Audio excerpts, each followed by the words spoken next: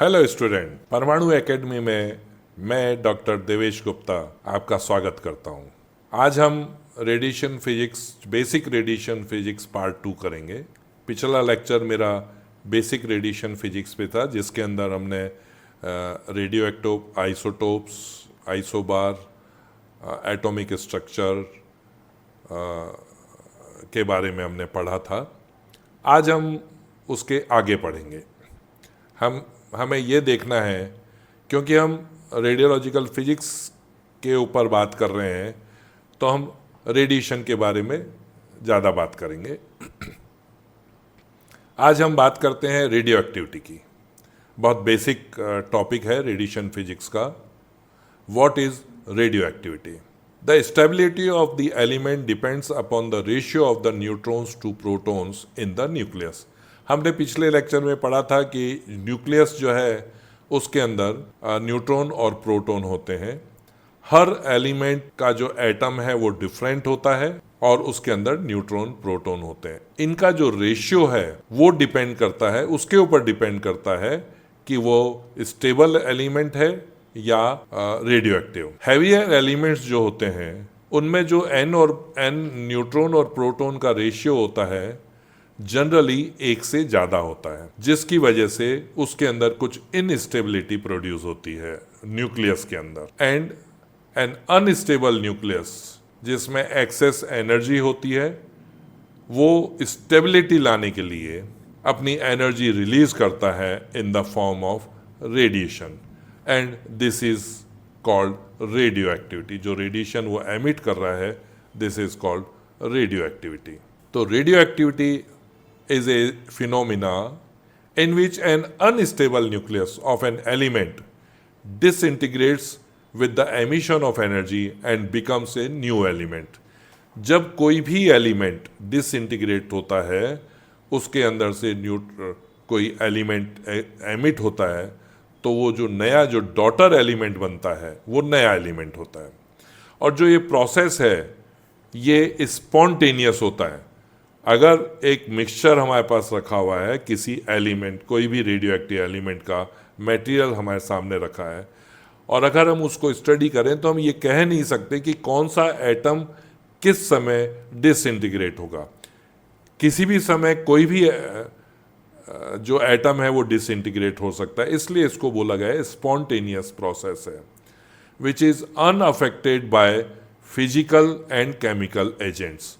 हम उसको कोई भी फिजिकल फॉर्म में कन्वर्ट करें या कोई केमिकल रिएक्शन करें, पर वो जो मटेरियल है वो डिसइंटीग्रेट होता रहेगा अपने हिसाब से। Radioactivity exist in nature among the heavier elements. अधिकतर हैवियर एलिमेंट्स के अंदर रेडियो एक्टिविटी होती है। However many lighter elements can be made radioactive by bombardment with charge particles और न्यूट्रॉन्स। अगर लाइटर एलिमेंट्स जो हैं, अगर उनको न्यूट्रॉन से अगर बम्बार्ड किया जाए तो वो रेडियो एक्टिव बनाए जा सकते हैं। इसको हम कहते हैं आर्टिफिशियल रेडियो एक्टिविटी, जो हमने उस एलिमेंट के अंदर जनरेट की। Isotopes of an element having radioactive properties are known as radioisotopes. जैसे हमने पिछले अपने लेक्चर में हाइड्रोजन के 3 आइसोटोप्स होते हैं, 1H1, 1H2 and 1H3। 1H3 मैंने बताया था ट्रीशियम के नाम से जाना जाता है, जो रेडियो एक्टिव होता है। इसी प्रकार कोबाल्ट मटेरियल जो है, जो रेडियो एक्टिव कोबाल्ट है, वो रेडियोथेरेपी में काम में लिया जाता है, टेलीथेरेपी मशीन में। उसके आइसोटोप्स होते हैं 27 कोबाल्ट 59 एंड 27 कोबाल्ट 60। तो जो कोबाल्ट 60 है वो रेडियो एक्टिव होता है, तो उसको हम रेडियो आइसोटोप्स बोलते हैं, कोबाल्ट का रेडियो आइसोटोप। अब आगे चलते हैं, what are the different type of radioactive decay और डिसइंटीग्रेशन। जब कोई भी रेडियो एक्टिव सब्सटेंस डिसइंटीग्रेट होता है या डीके होता है तो क्या होता है?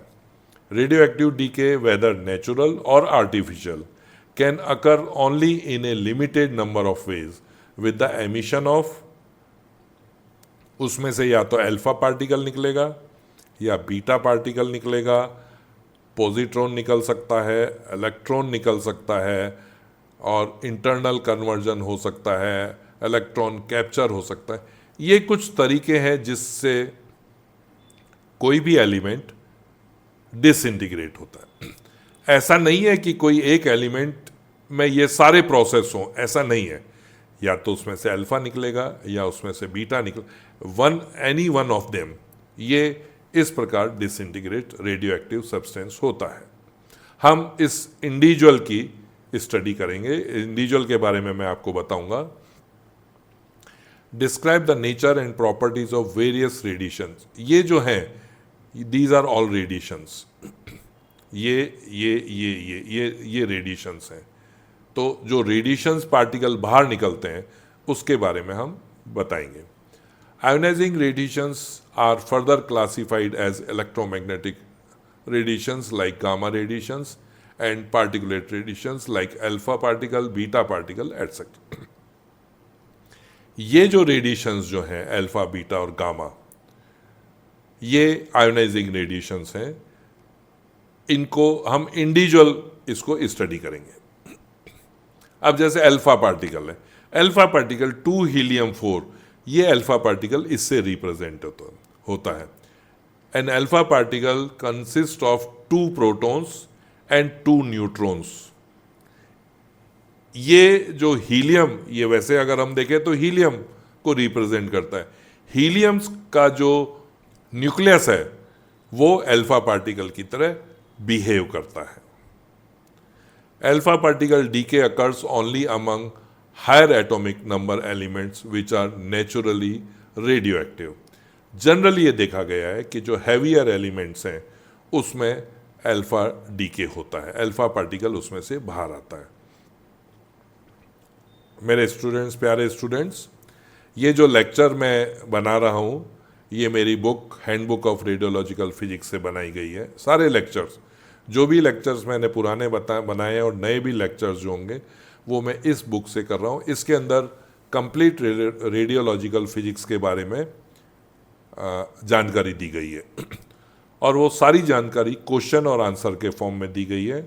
इसमें बहुत अच्छे अच्छे फिगर बनाए गए हैं, कुछ चीज़ों को फिगर के द्वारा समझाया गया है और पूरी रेडियोलॉजिकल फिजिक्स इसके अंदर है।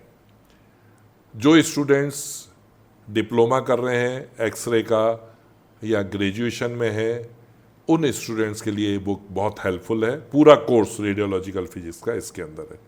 जो स्टूडेंट्स रेडियो डायग्नोसिस में या रेडियोथेरेपी में एमडी कर रहे हैं, जो डॉक्टर्स, उनके लिए बुक बहुत यूज़फुल है। बहुत इजी लैंग्वेज में सभी जो प्रोसेस है, इसके अंदर सीटी है, एमआरआई के बारे में भी बताया गया है, सोनोग्राफी के बारे में बताया गया है जो रेडियो डायग्नोसिस का पार्ट है।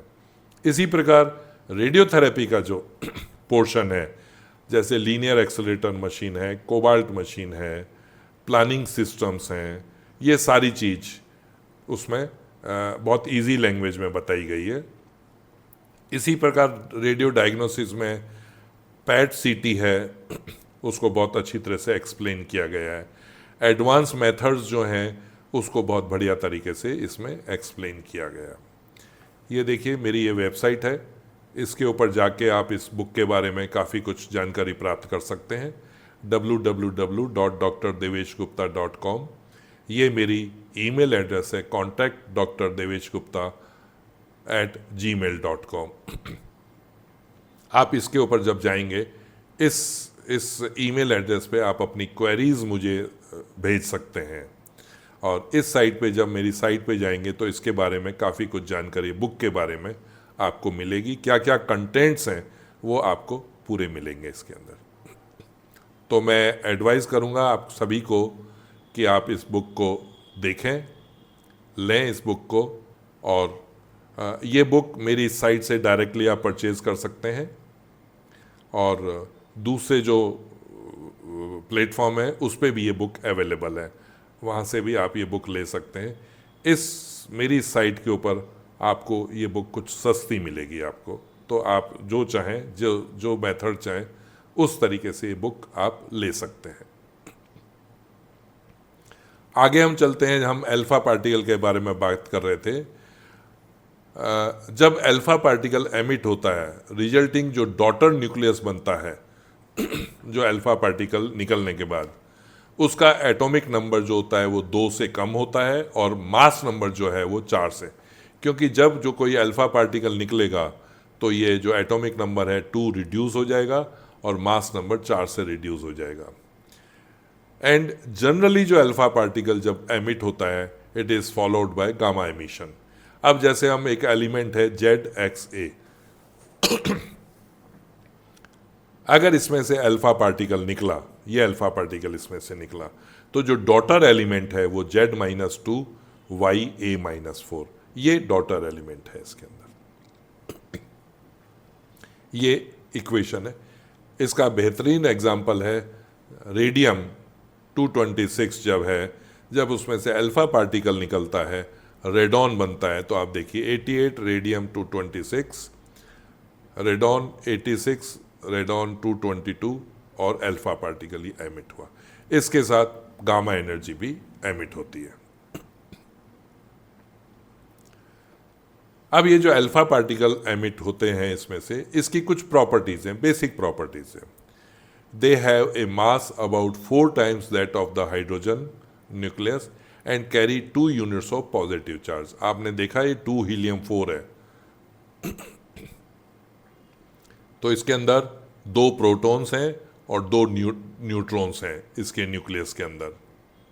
हीलियम न्यूक्लियस होता है, इसके अंदर 2 न्यूट्रॉन और 2 प्रोटॉन होते हैं, और हाइड्रोजन के अंदर सिर्फ 1 प्रोटॉन होता है। तो ये 4 times इसका वेट हो जाता है हाइड्रोजन न्यूक्लियस से अगर हम कंपेयर करें तो।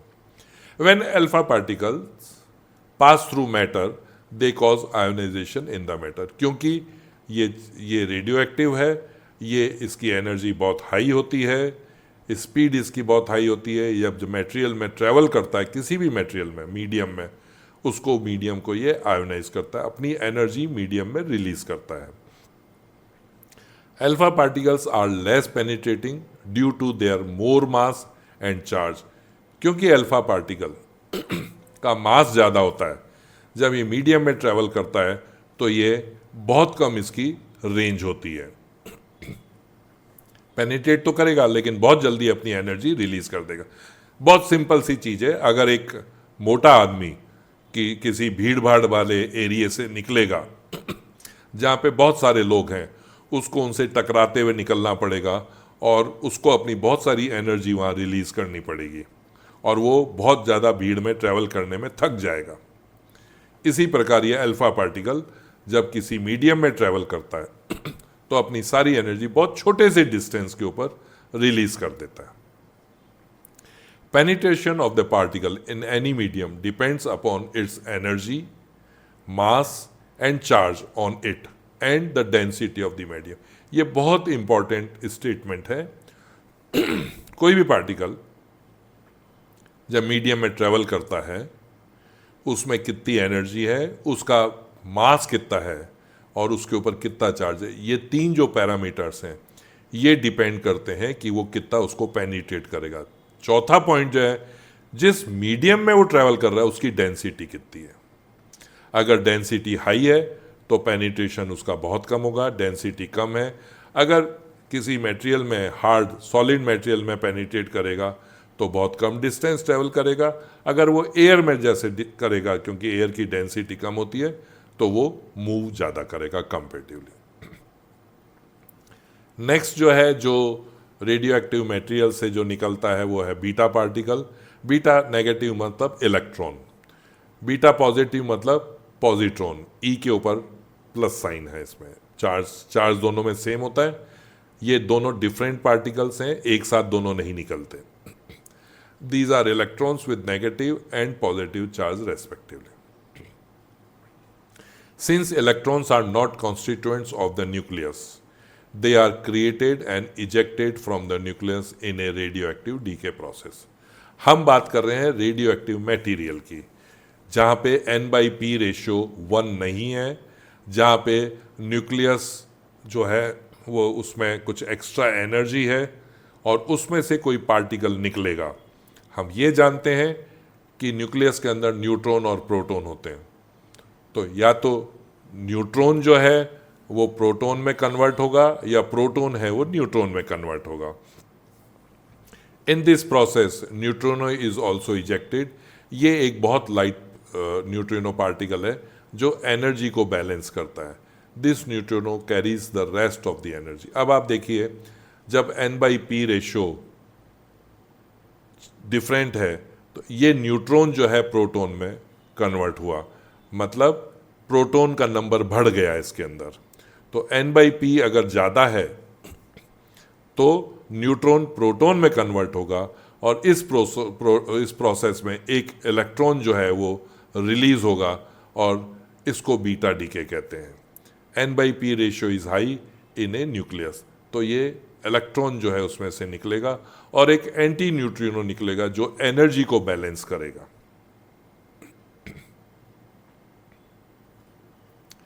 The daughter product from beta decay has the same mass number but the atomic number increases by 1। अब आप देखिए, न्यूट्रॉन के अंदर मास बहुत नेग्लिजिबल होता है बट उसके ऊपर एक नेगेटिव चार्ज होता है। तो जो इक्वेशन है ZXA, अगर इसमें से बीटा पार्टिकल निकला तो इलेक्ट्रॉन के अंदर जो नेगेटिव चार्ज है वो यहाँ बैलेंस करेगा, इसका एटॉमिक नंबर जो है वो इंक्रीज हो गया। मास क्योंकि इलेक्ट्रॉन का 0 होता है, A will remain the same. अब इसका एक बहुत बेहतरीन एग्जाम्पल है जो रेडियोथेरेपी के अंदर कोबाल्ट 60 जो यूज़ किया जाता है, उसका जब डीके होता है कोबाल्ट 60 का, वो निकल के अंदर होता है 60 और जो उसका एटॉमिक नंबर है वो 1 इंक्रीज हो गया और बीटा पार्टिकल इसमें से इंक्रीज हुआ और एंटी न्यूट्रिनो निकलता है। इस प्रोसेस के बाद इसके अंदर से गामा एनर्जी निकलती है कोबाल्ट के अंदर से। वो गामा एनर्जी जो होती है वो काफ़ी हाई होती है। उस गामा एनर्जी को कैंसर के अंदर ट्रीटमेंट में यूज़ किया जाता है। बीटा पार्टिकल को कैंसर में कोबाल्ट मशीन के द्वारा बीटा पार्टिकल जो निकलते हैं उसको कैंसर में यूज़ नहीं होती वो, क्योंकि बहुत कम होते हैं ये और इनकी एनर्जी इतनी हाई नहीं होती। लेकिन जो इसमें गामा एनर्जी निकलती है वो बहुत हाई होती है और उसको कैंसर ट्रीटमेंट में यूज़ किया जाता है। Another example of beta decay occurs in iodine 131, which decays into xenon 131। अब आप देखिए, आयोडीन 53 आयोडीन 131 इलेक्ट्रॉन इसमें से निकला और जीनोन में इसमें देखिए A की वैल्यू इंक्रीज हो गई 54, ये -1 है। इस इक्वेशन को बैलेंस करने के लिए इस तरह की इक्वेशन तैयार की गई है। अब कुछ मटेरियल ऐसे भी होते हैं जो बीटा प्लस डीके करते हैं, जिनमें से बीटा प्लस पॉजिट्रॉन जिसको बोलते हैं वो एमिशन होता है। ये प्रोसेस बहुत कॉमन नहीं है, बहुत कम प्रोसेस होता है ये। और इसके अंदर जो डॉटर प्रोडक्ट जो बनता है, क्योंकि इसमें से बीटा प्लस निकला है, पॉजिटिव चार्ज निकला है, तो ए की जो वैल्यू है वो कम हो जाती है। आप देखिए इक्वेशन, और इसके अंदर प्रोटॉन जो है वो न्यूट्रॉन में कन्वर्ट होता है और पॉजिट्रॉन इसमें से एमिट होता है। इसमें से न्यूट्रिनो निकलता है जो एनर्जी को बैलेंस करता है। अब आप देखिए बेसिक इक्वेशन ZXA, इसमें से जब बीटा पार्टिकल निकलेगा तो Z+A हो जाए -1 हो जाएगा और यहाँ A रिमेन सेम। एक एग्जाम्पल है, जब नाइट्रोजन 13 जो है इसमें से बीटा प्लस निकलता है तो 6C13 बनता है। आप देखिए 7 रिड्यूस होकर 6 हो गया है। अब कुछ प्रॉपर्टीज जो है बीटा पार्टिकल की। Beta particles are electrons with either negative sign or positive charge beta plus, जिसको हम पॉजिट्रॉन बोलते हैं। They have a range of few metres in the air depending upon its energy.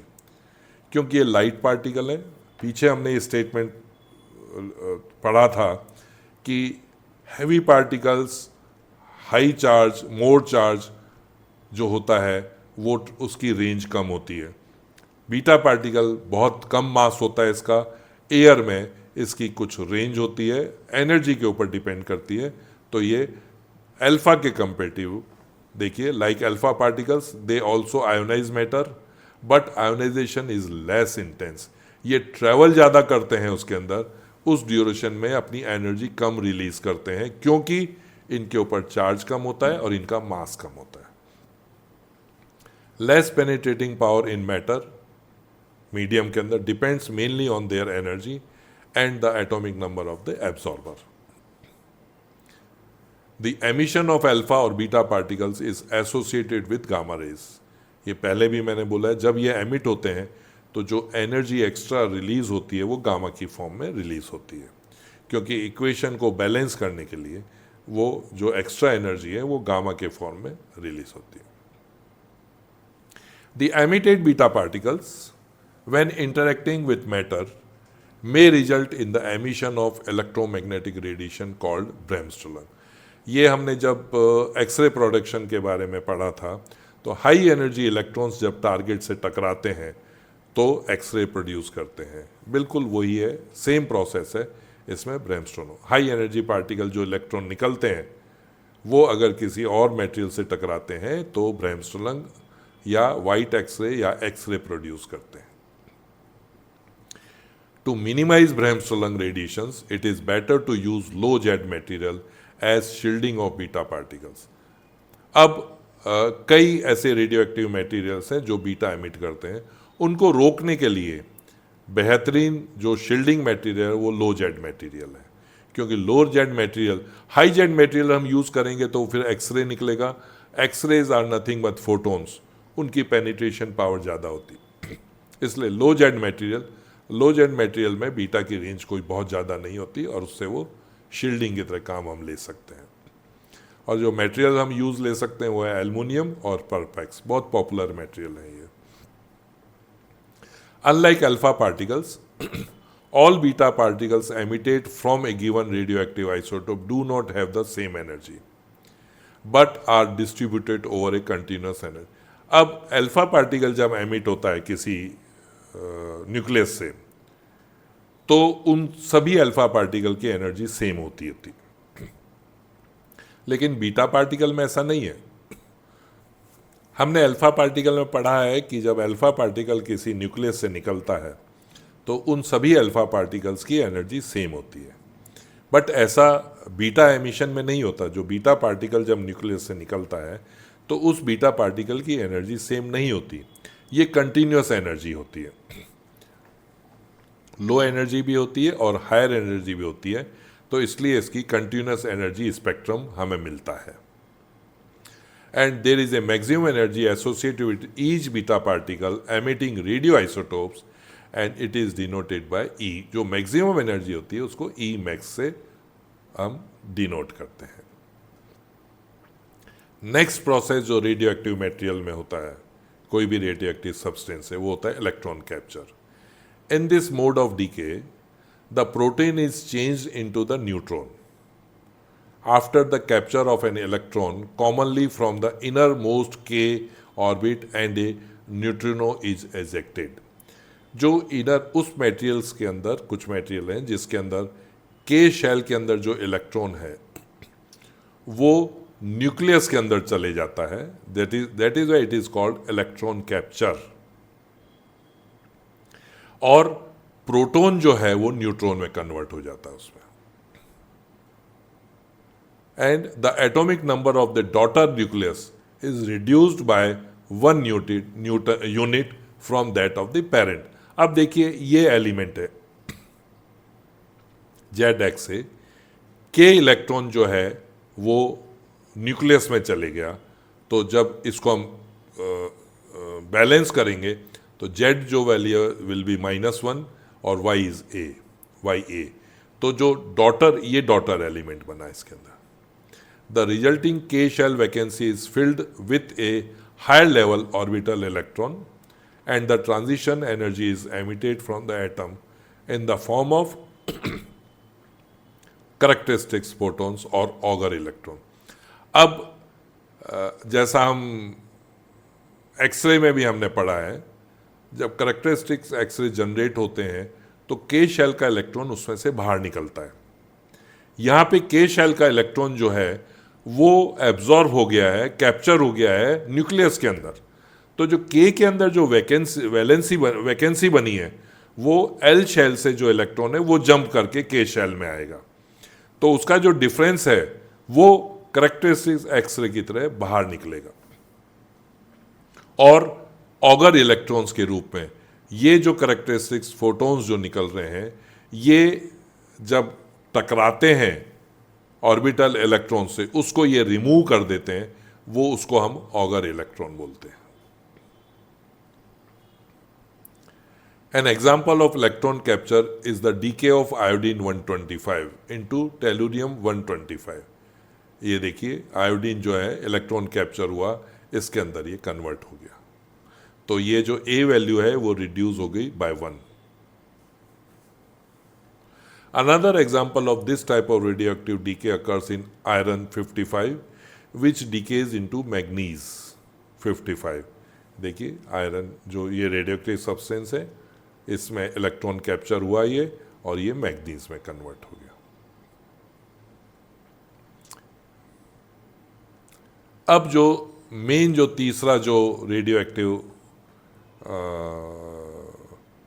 है वो है गामा रेज। ये raise है, अभी तक जो थे अल्फा और बीटा जो थे वो पार्टिकल थे, ये गामा रे है। Gamma ray is nothing but it is a electromagnetic radiation. हमने इलेक्ट्रोमैग्नेटिक रेडिएशन में पढ़ा है जो लो एनर्जी की है, और जब ये हाई एनर्जी के ऊपर जब जाते हैं तो एक्स और गामा रेडिएशंस आते हैं। गामा रे जो नेचुरल सब्सटेंस, जो रेडियोएक्टिव सब्सटेंस है, उसके अंदर से भी निकलती है। वन इज आइसोमेरिक ट्रांजिशन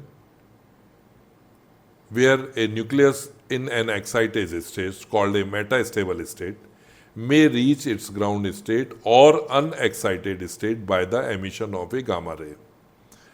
कुछ मटेरियल जैसे हमने पहले कोबाल्ट मटेरियल जैसे ही है, कोबाल्ट रेडियो आइसोटोप जो है वो जो बीटा पार्टिकल एमिट करता है, तो जो न्यूक्लियस है वो एक्साइटेड स्टेट में होता है, और उस एक्साइटेड स्टेट में वो जब एनर्जी रिलीज करता है तब वो ग्राउंड स्टेट पे आता है।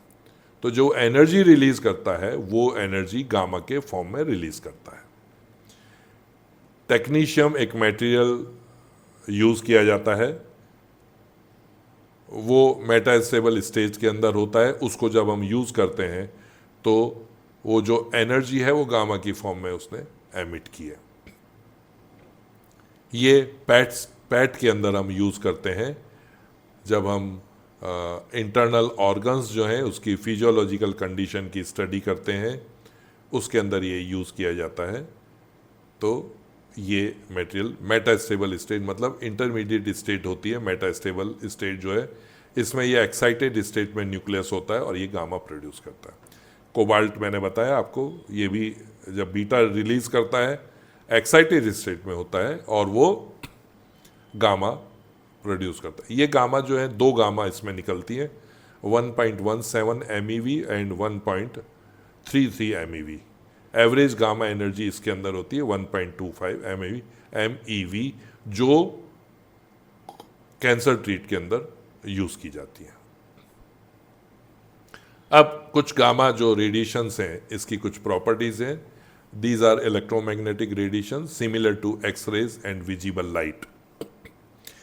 They are highly penetrating because of the very high energy, more in the penetrating power। इसकी पावर मैक्सिमम पेनिट्रेटिंग पावर होती है। They do not have any charge, ये न्यूट्रल होती हैं। फोटॉन्स होते हैं, फोटॉन्स के ऊपर कोई चार्ज नहीं होता। They ionize matter indirectly। जब ये किसी मटेरियल के अंदर ट्रेवल करती हैं तो ये उससे इंटरेक्ट करती हैं, अपनी एनर्जी उस एटम को देती हैं, आउटर इलेक्ट्रॉन्स को वो एनर्जी मिलती है और इलेक्ट्रॉन रिलीज होता है जब, तो उस एटम को वो आयोनाइज कर लेती है। This is indirect process. ये गामा की कुछ बेसिक प्रॉपर्टीज हैं। क्योंकि ये हाईली पेनिट्रेटिंग होती है इसलिए हाई जेड मटेरियल यूज़ किया जाता है इसको रोकने के लिए। वो उससे रिलेटेड जो टॉपिक है हम बाद में डिस्कस करेंगे। ऐसे ही इंटरनल कन्वर्जन भी एक रेडियो एक्टिव सब्सटेंस का एक प्रॉपर्टीज़ हैं। कुछ जो सब्सटेंस है उसके अंदर इंटरनल कन्वर्जन भी होता है। After the emission of alpha और beta particles, the daughter nucleus will be in a excited state. Instead of emitting this excited energy in the form of gamma radiation, the nuclear excited energy may be transferred to a K shell orbital electron that is ejected with a kinetic energy equal to the excitation energy minus the orbital electron binding energy। क्या मतलब हुआ? जब nucleus जो है, जब excited alpha या beta particle निकला, nucleus जो है वो एक्साइटेड स्टेट में गया क्योंकि कुछ एनर्जी एक्स्ट्रा है उसके अंदर, कुछ सब्सटेंस के अंदर। ये जो एनर्जी है, ये एनर्जी जब निकलती है, वो एनर्जी उसी एटम के इलेक्ट्रॉन को वो एनर्जी ट्रांसफर हो जाती है, और वो के जो इलेक्ट्रॉन है वो एनर्जी इस के इलेक्ट्रॉन की बाइंडिंग एनर्जी से ज़्यादा होती है, तो उस इलेक्ट्रॉन को वो वहाँ से रिमूव कर देती है। और वो इलेक्ट्रॉन, क्योंकि जो एनर्जी मिली है उसको, वो बाइंडिंग एनर्जी से ज़्यादा है, तो जो एक्स्ट्रा एनर्जी है वो उसकी काइनेटिक एनर्जी के रूप में रहती है, और ये इलेक्ट्रॉन वहाँ से इजेक्ट हो जाता है, उस एटम में से बाहर निकल जाता है। The resulting K shell vacancy is filled with a higher level orbital electron. ये हमने कई बार पढ़ा है, जब के शेल में वैकेंसी बनती है, एल शेल से इलेक्ट्रॉन जंप करके के शेल में आता है, और वो जो difference of energy, again transition energy is emitted in the form of characteristics photons और ऑगर इलेक्ट्रॉन्स। इसके example of internal conversion energy के decay of excited Te125 which results from an electron capture decay of iodine-125 into stable Te125। जब excited iodine-125 जो होता है, उससे जो energy है वो निकलती है, के को रिमूव करती है और टेलुनियम-125 बनता है through the emission of 35 keV gamma radiation. 7% gamma उसमें से निकलती है, और इंटरनल कन्वर्जन जो इलेक्ट्रॉन, वो प्रोसेस जो है 93% है उसके अंदर। तो ये सारे प्रोसेस स्टूडेंट्स मैंने बताया किस तरह से रेडियो एक्टिव सब्सटेंस डीके हो सकता है। ये मैं आपको वापस रिपीट कर रहा हूँ, इन प्रोसेस में से कोई एक प्रोसेस होता है उस एलिमेंट के अंदर, सभी प्रोसेस किसी एलिमेंट में नहीं होते। चाहे उसमें से हो सकता है, उसमें से अल्फा डीके हो, निकले बीटा पार्टिकल निकले, बीटा पॉजिट्रॉन निकले, उसके अंदर इलेक्ट्रॉन कैप्चर हो, इंटरनल कन्वर्जन हो, ये प्रोसेस उसके अंदर होते हैं। और जब ये प्रोसेस होते हैं तो जो एनर्जी, जो एक्साइटेड एनर्जी में जब न्यूक्लियस पहुंचता है, वो एनर्जी उसमें से निकलती है गामा की फॉर्म में। Gamma is a highly penetrating radiations. Thank you very much. आशा करता हूँ कि ये लेक्चर आपको पसंद आया है, और आप इसको लाइक करिए, सुनिए, शेयर करिए, और ज़्यादा से ज़्यादा स्टूडेंट्स के बीच में इसको सब्सक्राइब करिए, जिससे कि इसका एडवांटेज स्टूडेंट्स ले सकें। Thank you very much.